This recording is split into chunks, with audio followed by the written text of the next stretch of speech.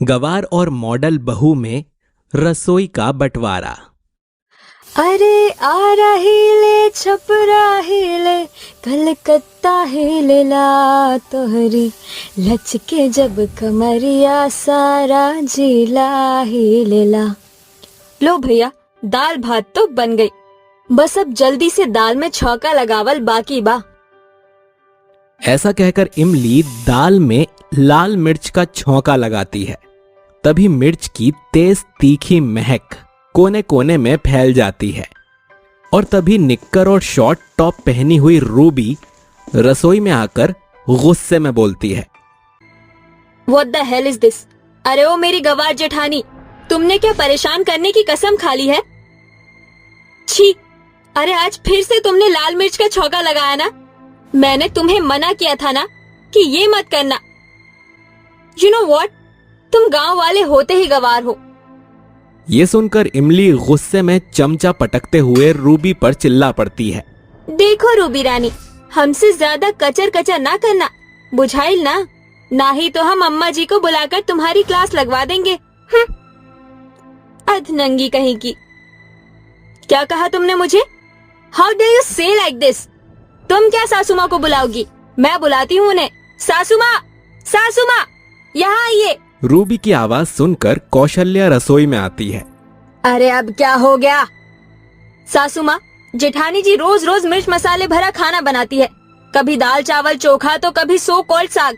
मैं रोज रोज ये घास फूस नहीं खा सकती।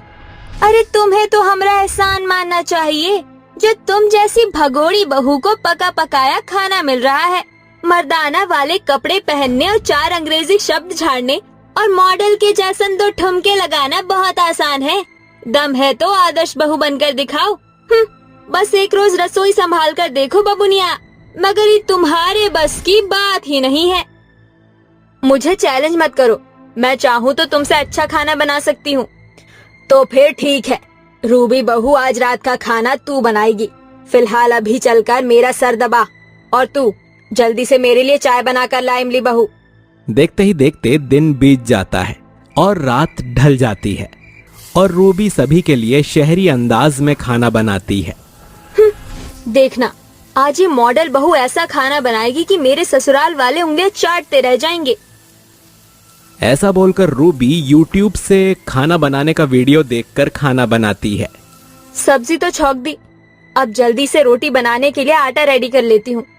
ऐसा सोचकर मॉडल बहू गुनगुनाते हुए आटा गूंथने लगती है। It's been love, तेरी भी न सुना परदेसी नागिन गिन गिन गिन गिन गिन गिन गिन गिन। रूबी गाना गाने में इतनी खो जाती है कि उसे गैस पर चढ़ाई हुई सब्जी का भी ध्यान नहीं आता। तभी सब्जी जलने की महक से इमली भागी भागी रसोई में आकर कहती है, वाह रे हमरी मॉडल देवरानी, अरे तुम वहाँ गाने में मस्त हो और ये सारी की सारी सब्जी जलकर स्वाहा हुई गई। ओ गॉड, अगर सासू माँ को पता चल गया कि सब्जी जल गई है तो वो मुझे बहुत सुनाएंगी। क्या करूँ क्या ना करूँ, मुझे तो कुछ भी समझ नहीं आ रहा। अरे ज्यादा टेंशन ही आओ नहीं, इमलिया है ना, हम ही जली सब्जी को ठीक कर देते हैं। तुम बस जल्दी से टमाटर और बारीक धनिया काटो। अरे रे रे ई का देवरानी जी, तुमने तो आटा भी गीला कर दिया है। ईमा थोड़ा सा सूखा आटा डालो।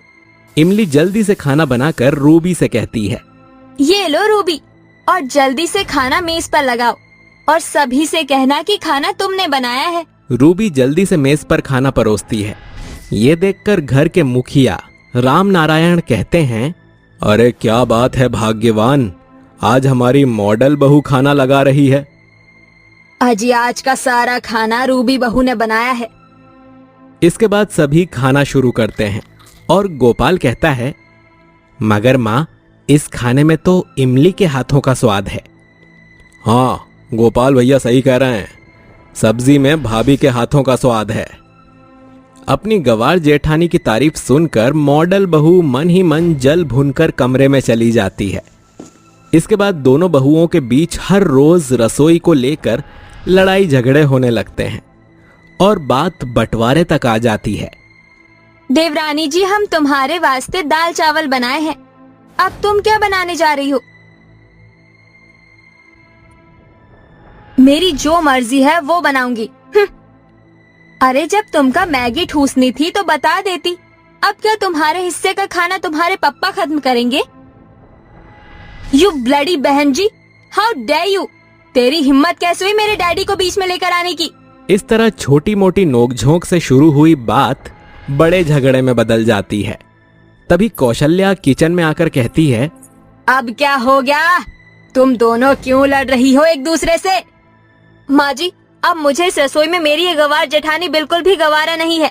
बेहतर यही होगा आप इस रसोई का बंटवारा कर दें।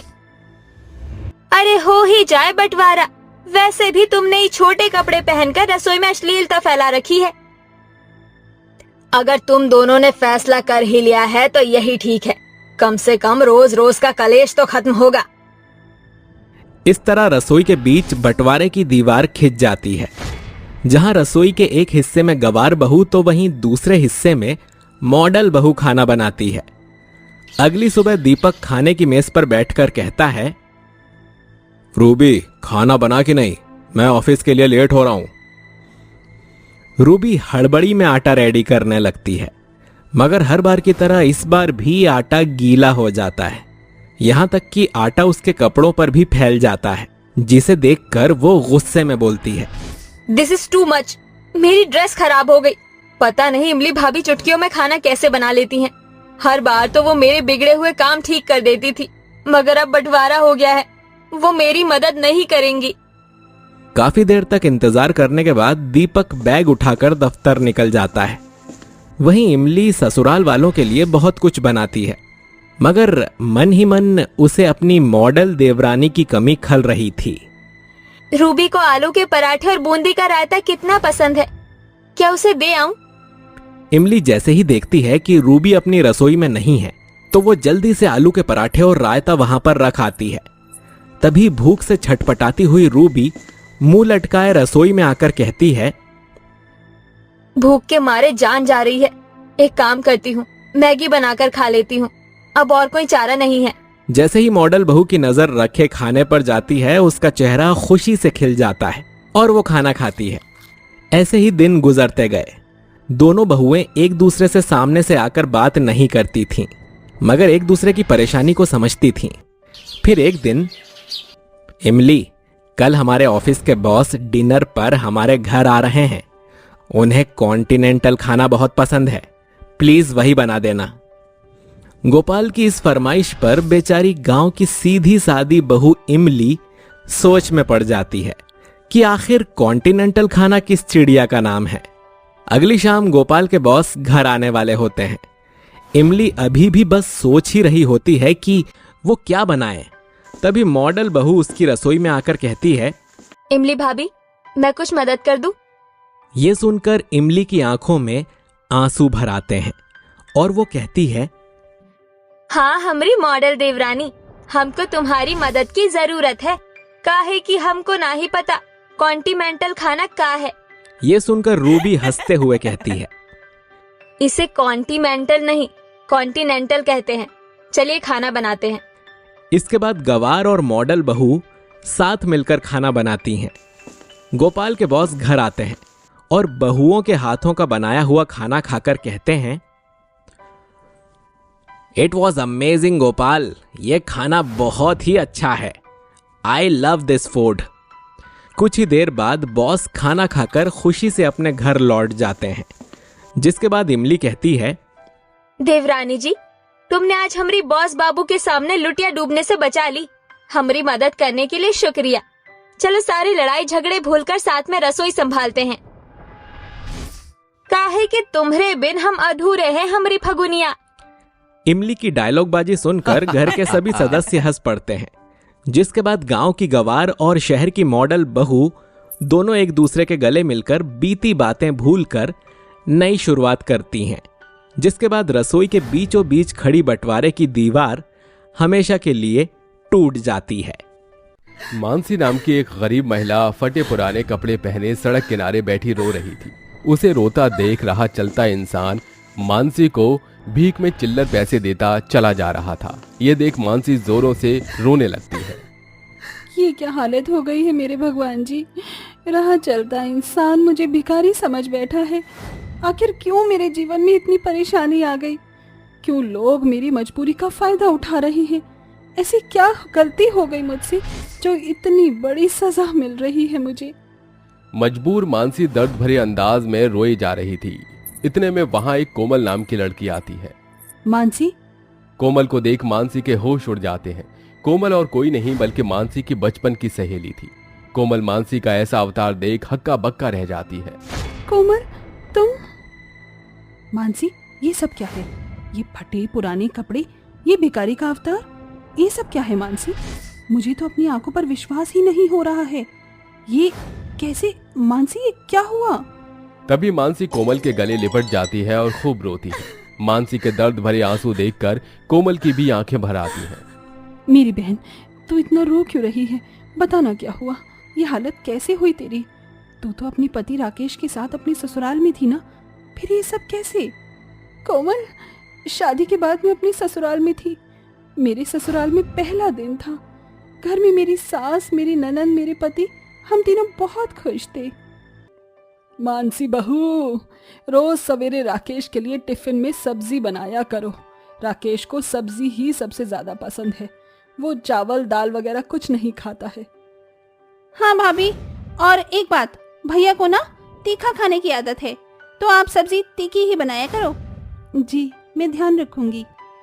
बस बस, क्या आज ही उसे सारी ट्यूशन दे दोगे? कल के लिए भी तो कुछ बाकी रखो। मानसी बेटा, तेरे ससुर जी के जाने के बाद अकेले राकेश ने ही इस घर की डोर को संभाल रखा है।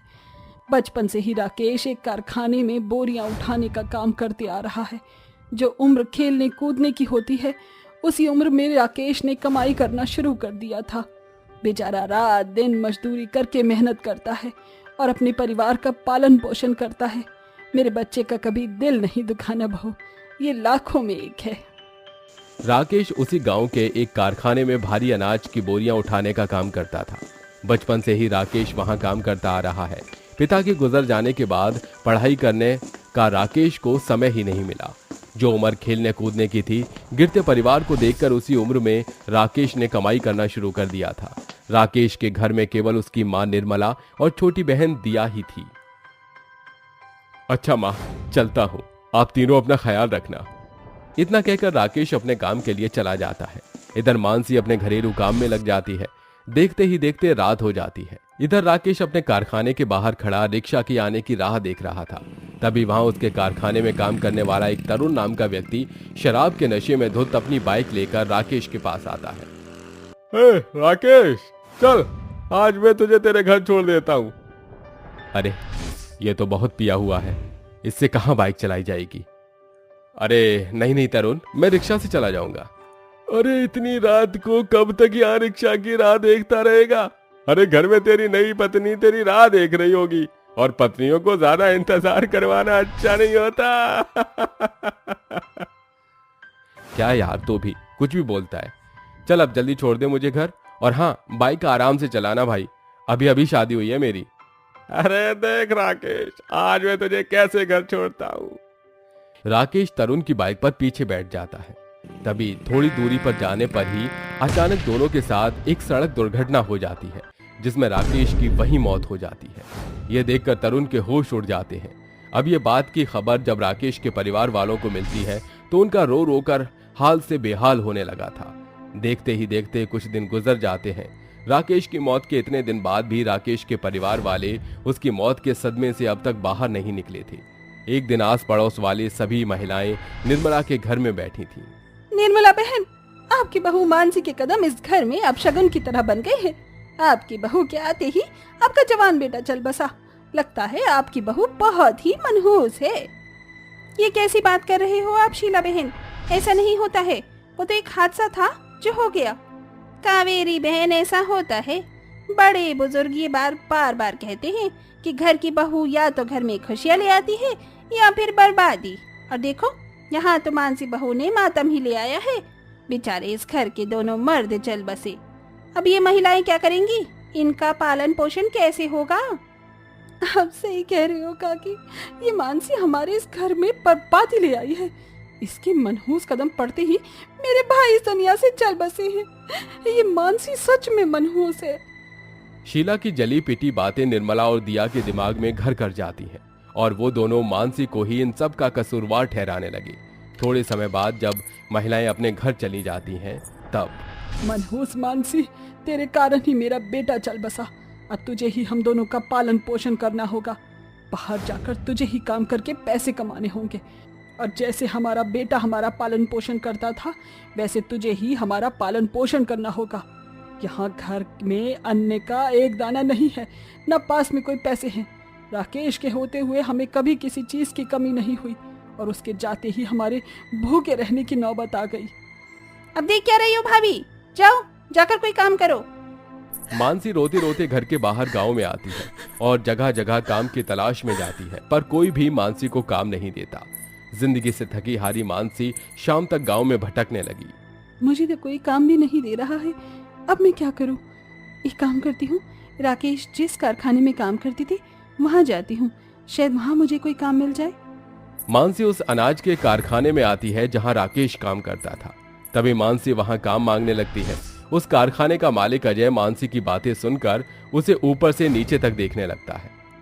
वैसे पति तो रहा नहीं तुम्हारा और इतना हार्ड काम तुमसे होगा नहीं।